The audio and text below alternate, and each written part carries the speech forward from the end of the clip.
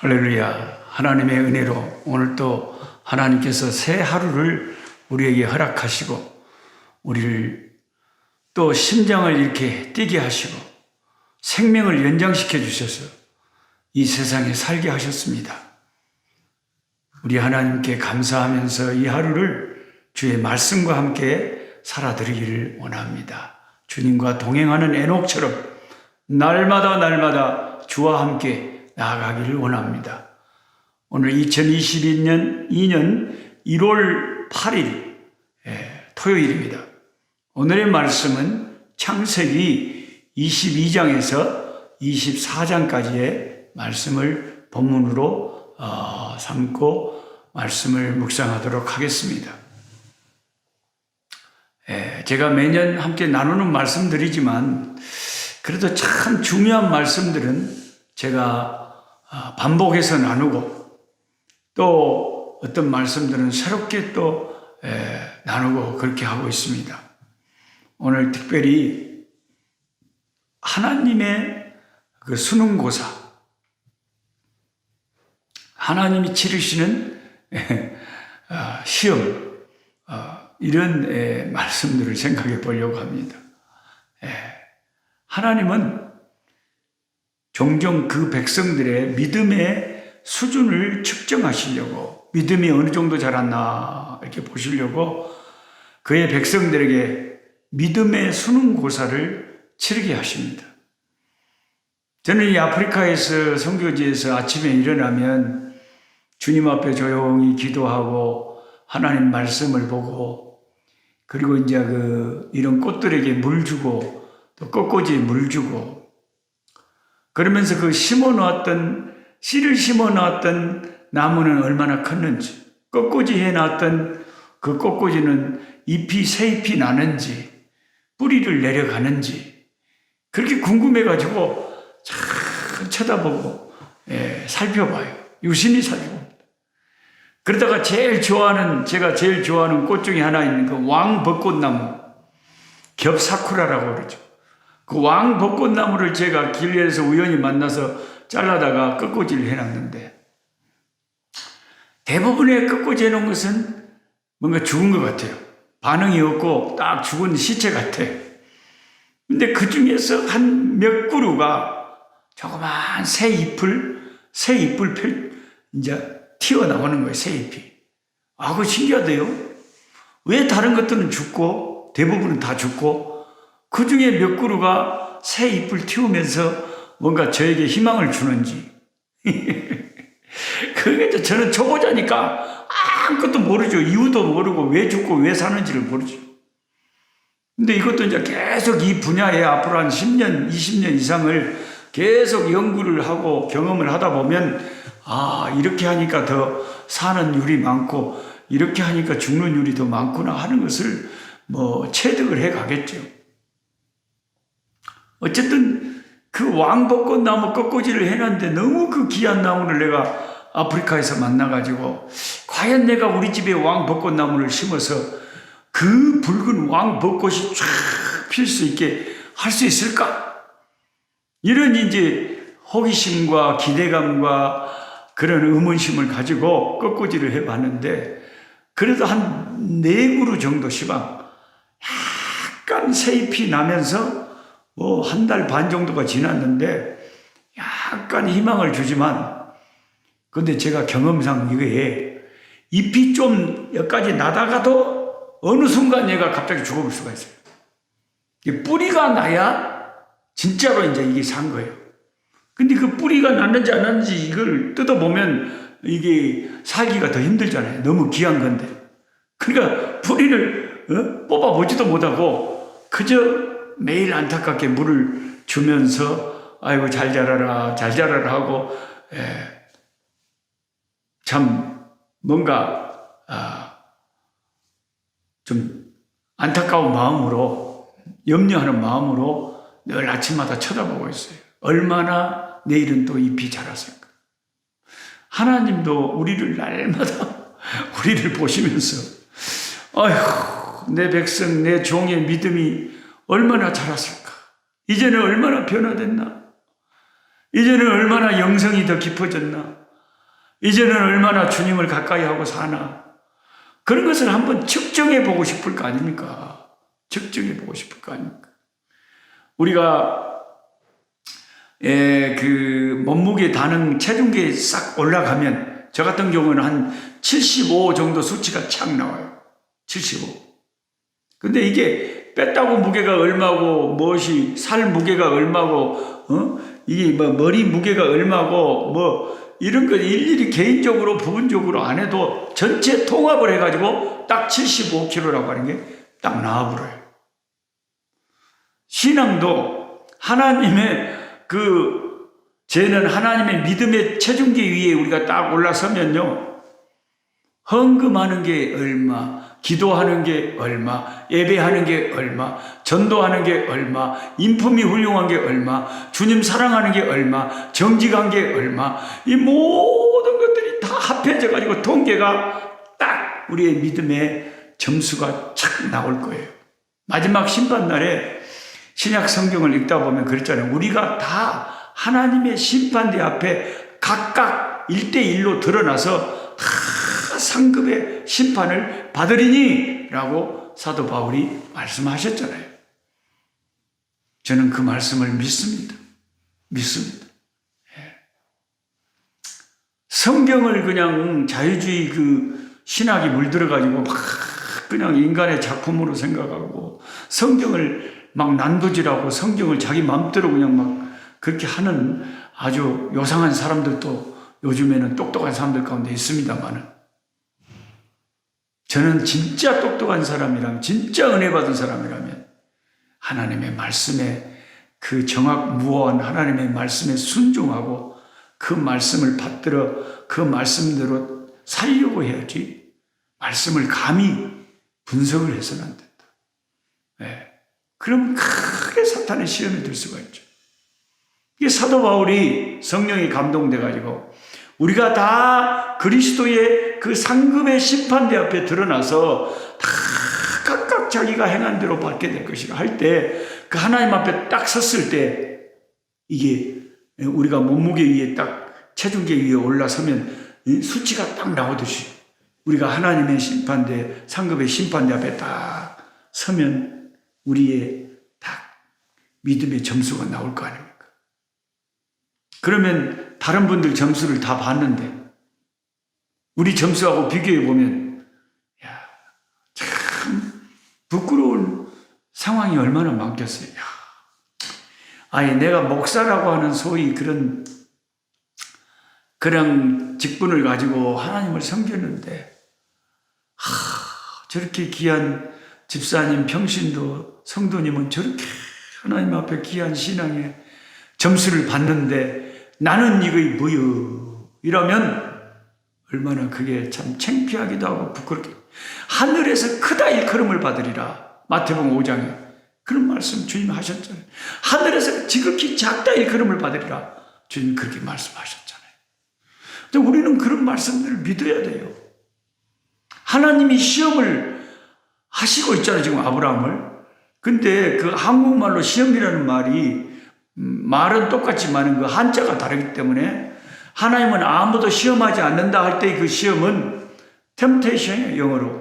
유혹하는 시험이에요. 죄를 짓게 하는 시험이에요. 그 마귀가 하는 것이지 하나님은 절대 죄를 짓게 하는 시험은 안 하십니다.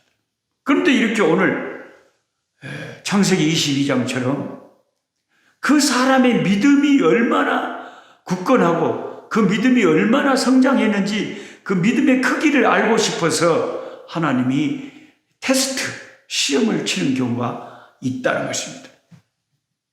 하나님의 수능고사를 치게 되는 거죠. 근데 하나님이 치는 시험지하고 이 세상 수능고사하고 다른 게 뭐냐면 하나님이 치는 시험지는 객관식이 없어요. 주관식입니다. 하나님이 무엇을 예시하시고 하나 골라라. 그래갖고 막 우리가 찍어버려서 맞을 수도 있고 그렇게 우연이라는 게 없어요.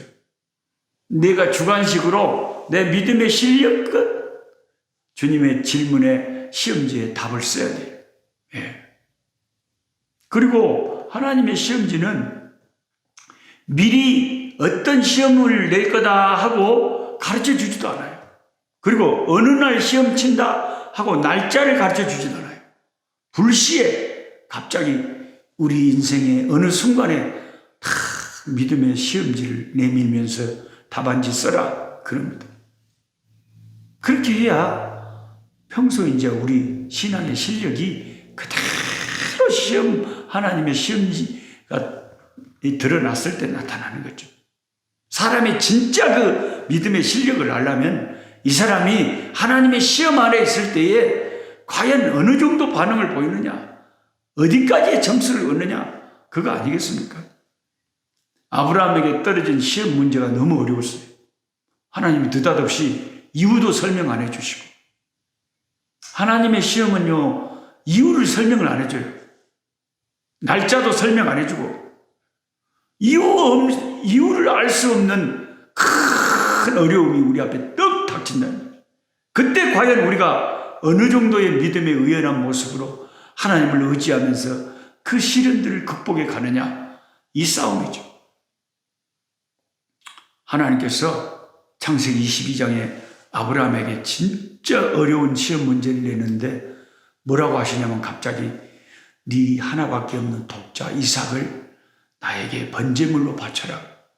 그러니까 쉽게 말하면 지금 청소년이 돼가지고 참 멋진 이제 청년으로 자라기 직전에 청소년인 10대 아들인 하나밖에 없는 하나님이 100살 때 준 그 눈에 넣어도 안 아까울 그 귀한 아들을 제물로 바쳐서 죽여서 바치라는 하나님 앞에 그 바쳐서 죽여 드리라는 거죠. 참 기가 막힙니다.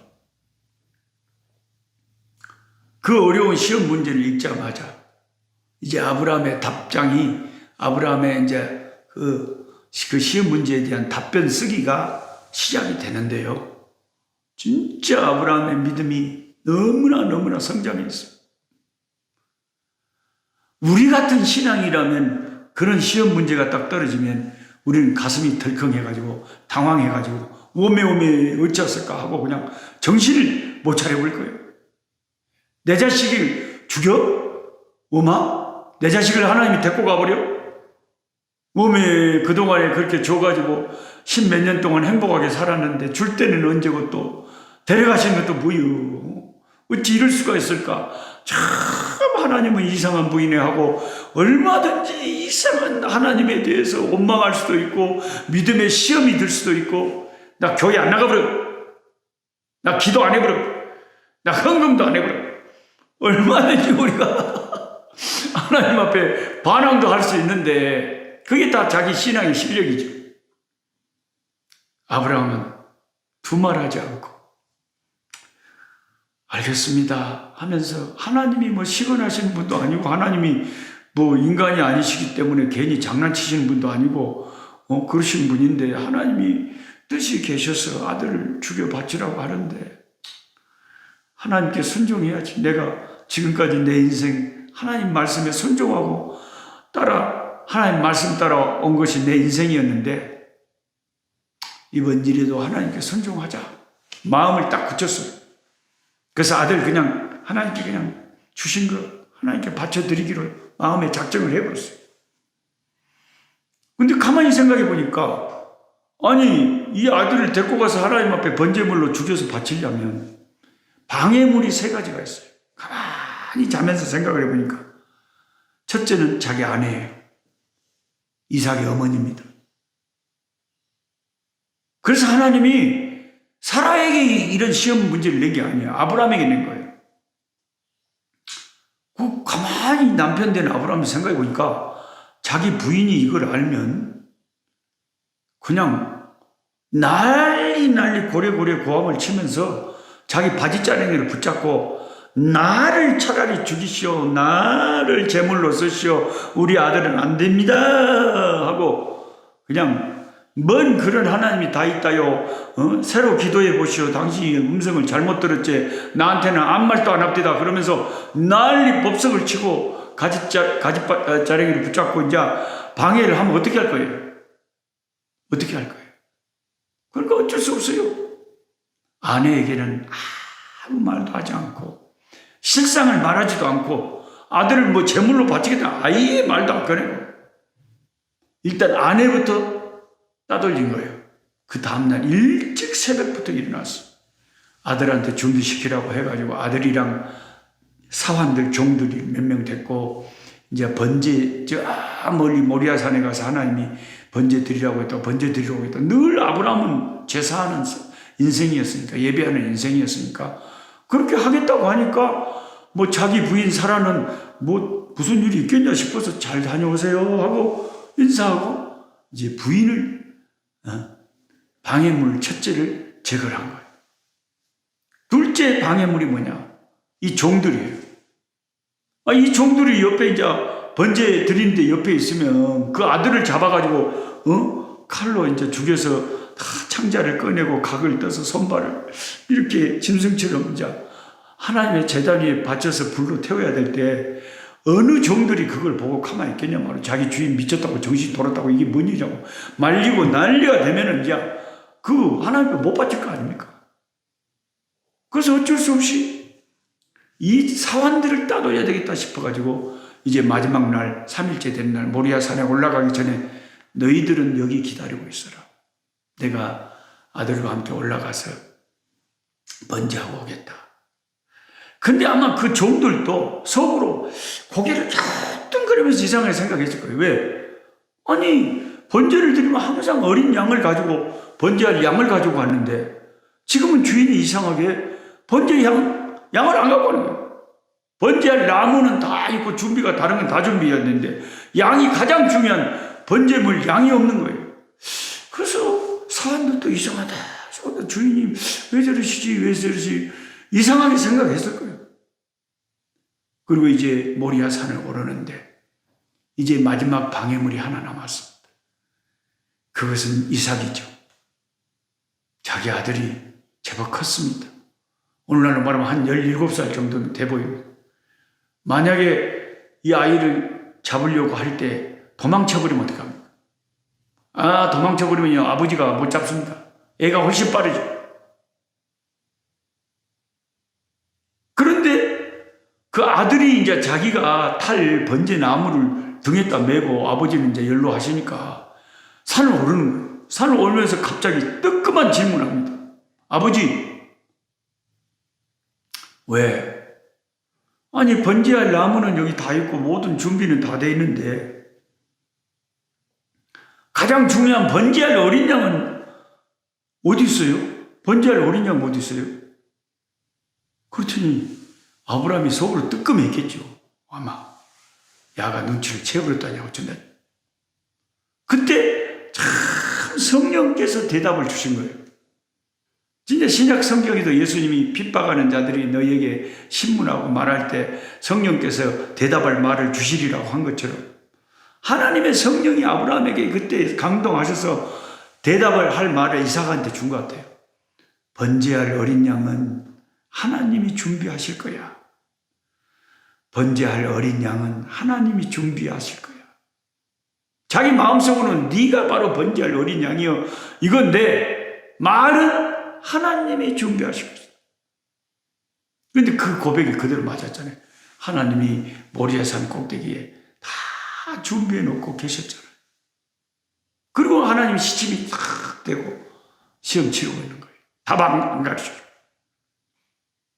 근데 정말 그 아들이 놀라운 것은 우리가 그 아버지의 그 아들이다 그러더라고요. 참 아버지의 영향력이 그 아들에게 미친 것 같아요. 그 아름다운 믿음이 그 아들 이삭에게 엄청나게 미친 것 같아요. 그러니까 그 아들을 키우면서 아버지 어머니가 얼마나 하나님 이야기를 했겠습니까? 네가 얼마나 기적으로 얻은 아들인 것을, 얼마나 여호와 하나님이 놀라운 하나님인가를, 우리가 얼마나 하나님을 잘 순종하고 섬겨야 되는가를 이야기를 기계에 못이 박히도록 했을 거 아닙니까? 너가 엄마가 경수가 끊어졌어. 그랬는데 그런데 하나님께서 천사를 보내셨어. 아빠가 100살이 되고 엄니가 90살, 경수가 다 끊어져 버리고 아기를 낳을 수 없는 상황인데 하나님의 능력이 임해가지고 니를 엄마가 그 늙은 할매가 임신해가지고 널 낳은 거야. 너는 기적의 아들이야. 하나님은 살아계셔. 하나님은 못하실 것이 없어. 기적의 하나님이야. 그렇게 늘 하나님에 대해서 가르치고 여호와 경외하기를 가르쳤겠죠. 그 산꼭대기에서 이제 어쩔 수 없이 아브라함은 모든 번제할 준비를 갖춰놓고 밧줄을 가지고 아들을 잠깐 누워봐라 하더니 묻기 시작합니다. 근데 가만히 그 아버지가 자기를 죽이려고 번제물로 쓰려고 묻고 있는데 그 묻기는 아들이 더 놀라운 거예요. 우리가 어려서 시골에서 우리 벌교 전남 보성군 벌교 회장상은 목골부라고 우리 동네에서 그 닭 잡으려고 동네 사람 닭 잡으려고 하다가 닭을 놓쳐버려갖고 털은 다 뜯어놨는데 어떤 경우에는 모감지까지 잘라놨는데 그냥 목 없이 그냥 막 돌아다니는 털 빠진 닭도 있잖아요. 근데 아니 이삭이 아이고 나살제라 하고 그냥 묶인 채로 막 산에서 그냥 이리저리 내려가 버리고 도망가 버리면 그거 어떻게 잡는답니까? 못 잡지. 닭도 못 잡는데. 근데 어떻게 이삭이 그렇게 가만히 순종하면서 아버지가 칼로 내리칠 수 있도록 그렇게 있었는지. 아니 그 아버지도 대단하고 아들 잡는 아버지도 대단하고 가만히 순종하는 아들도 우리가 시방 비디오가 없어서 그 장면을 우리가 못 봐서 아쉽지. 그 아들이 놀랍지 않습니까? 갈보리 언덕에서 하나님께 순종하여 아버지 내 영혼을 받아달라고 자신을 제물로 드린 하나님의 아들 예수님의 모습을 어쩌면 그렇게 나타내는지 모르겠어요.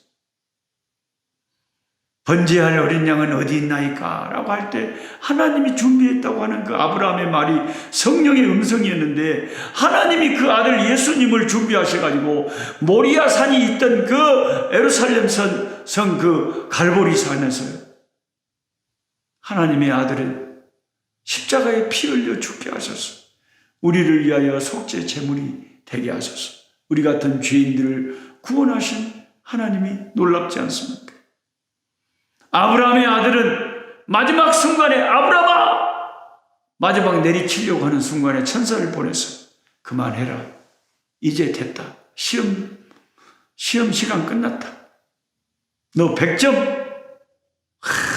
네가 나를 경외하는 줄 이제야 알겠노라. 그렇게 말씀하셨어요.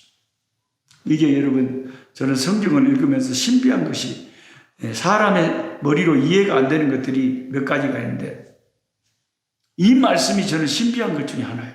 창세기 22장 12절 네가 네 아들 독자까지도 아끼지 아니하였으니 내가 이제야 네가 하나님을 경외하는 줄 알겠다.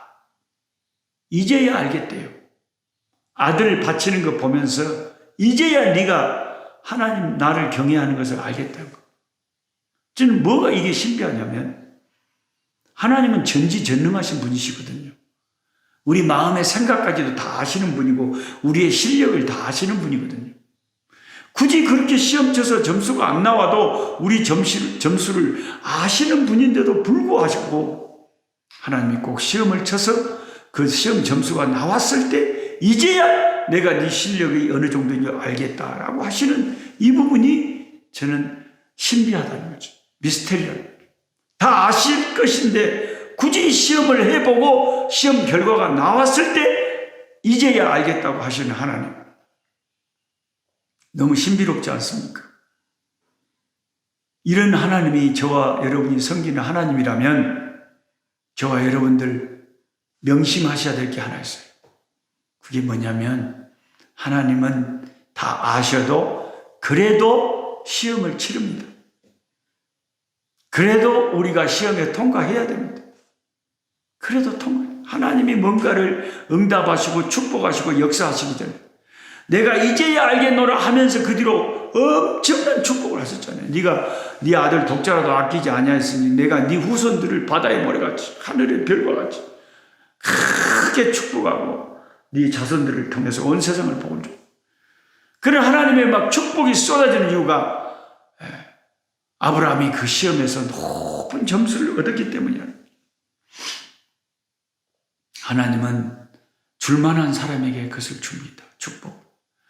축복을 감당할 수도 없는 그릇에게 함부로 축복을 주었다가 축복을 안 준 것만 또 못할 수가 있잖아요. 그래서 저는 아프리카 선교센터를 위해서 27년 동안을 기다렸습니다. 하나님, 수백 개의 농장을 보고 다녔습니다. 방문하는 사람들마다, 목사님들마다 저 이런 꿈이 있어요. 목사님께 보여드려요. 근데 그게 그 세월이 27년이 지났어요. 이제 하나님께서 구체적으로 뭔가 하나하나 일이 되게 역사하시는 때가 온 것 같아요. 물론 그것을 얻은 후에도 그 목적에 맞게 아프리카에서 고생하시는 한국 선교사님들을 위로하는 안식관으로, 그리고 참 큰 남부 아프리카를, 교회들을 변화시키는 참 영성 있는 신학교, 그리고 아프리카에 새로 신입 선교사로 오는 신입 선교사들이 한 1, 2년 동안 적응 기간을 갖고 언어 훈련과 문화 훈련을 하는 그런 선교사 훈련센터로 다양한 목적으로 이렇게 사용되리라고 믿습니다. 어쨌든 내가 하나님의 시험에 일단은 합격을 해야 돼요. 그래야 하나님의 복을, 하늘 문을 열어주세요. 이제야 내가 알겠다. 이제야 알겠다. 오랜 세월을 하나님은 테스트를 해보고 두고 보십니다.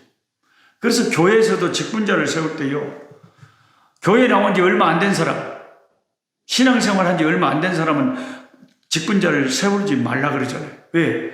언제 어떻게 이 사람이 변해버릴지 누가 아냔 말이에요. 더 겪어봐야 되고 더 겪어봐야 되고 더 겪어봐야 돼요. 네. 제가 진짜 그걸 많이 느껴요. 제자 훈련시키고 이제 구역장으로 임명하려고 하는데 졸업식까지 다 하고도 마지막에 안 나타나버리는 그런 사람들이다. 그러니까 절대로 급하게 하나님의 교회에 직분자를 세워서는 안 되고 많은 세월이 지나면서 지켜봐야 됩니다. 그리고 하나님과 사람 앞에서 참 인정받는 참 귀한 분이다. 이런 분들이 교회 일을 해야 교회가 덕스럽고 은혜스럽고 힘이 되고 그게 유익한 것이죠. 좀 시간을 많이 지나면서 지켜봐야 돼요. 언제 사람은 변할지 모른다는 게. 딱 변화무쌍한 게 사람의 마음이에요. 세상에서 제일 변화무쌍하고 믿을 수 없는 게 사람의 마음이에요. 어제까지 그렇게 좋다고 하다가 오늘 싹 180도 바꿔져버리는 그런 게 사람 마음. 우리가 섬기는 하나님은 성부, 성자, 성령, 삼위 하나님, 그런 분이 아닌 것이 너무 좋아요. 아침빛같이 아침에 떠오르는 태양처럼 언제나 일정하신 분이 우리 하나님, 변함이 없으시죠. 하나님 아버지 감사합니다. 하나님의 수능고사, 하나님의 시험지가 그 사람의 믿음의 수준에 맞게 주관식으로 떨어지는데, 우리가 우리 인생의 신앙의 큰 시험을 당할 때에 감당치 못할 시험 당함을 허락지 아니하시고 시험 당할 때 또한 피할 길을 주신다고 하시는 신약의 말씀을 믿습니다. 하나님, 시험을 이기게 하여 주시고 시험을 잘 감당하게 하시고 피할 길을 주시는 하나님을 경험하게 하여 주시옵시고, 우리 인생에 닥치는 어려운 시험들을 잘 믿음으로 감당할 수 있도록, 기도로 감당해낼 수 있도록, 인내로서 감당해낼 수 있도록, 그래서 우리 하나님이 그 시험이 지난 후에 축복의 문을 열어주실 수 있도록 은혜 베풀어 주시옵소서. 예수님의 이름으로 기도드리옵나이다. 아멘. 약한 자 힘주시고 강한 자 바르게 주한 자 정케하니 주님의 뜻이라. 해 아래 압박 있는 곳 주 거기 계셔서 그 팔로 막아 주시어 정의가 선하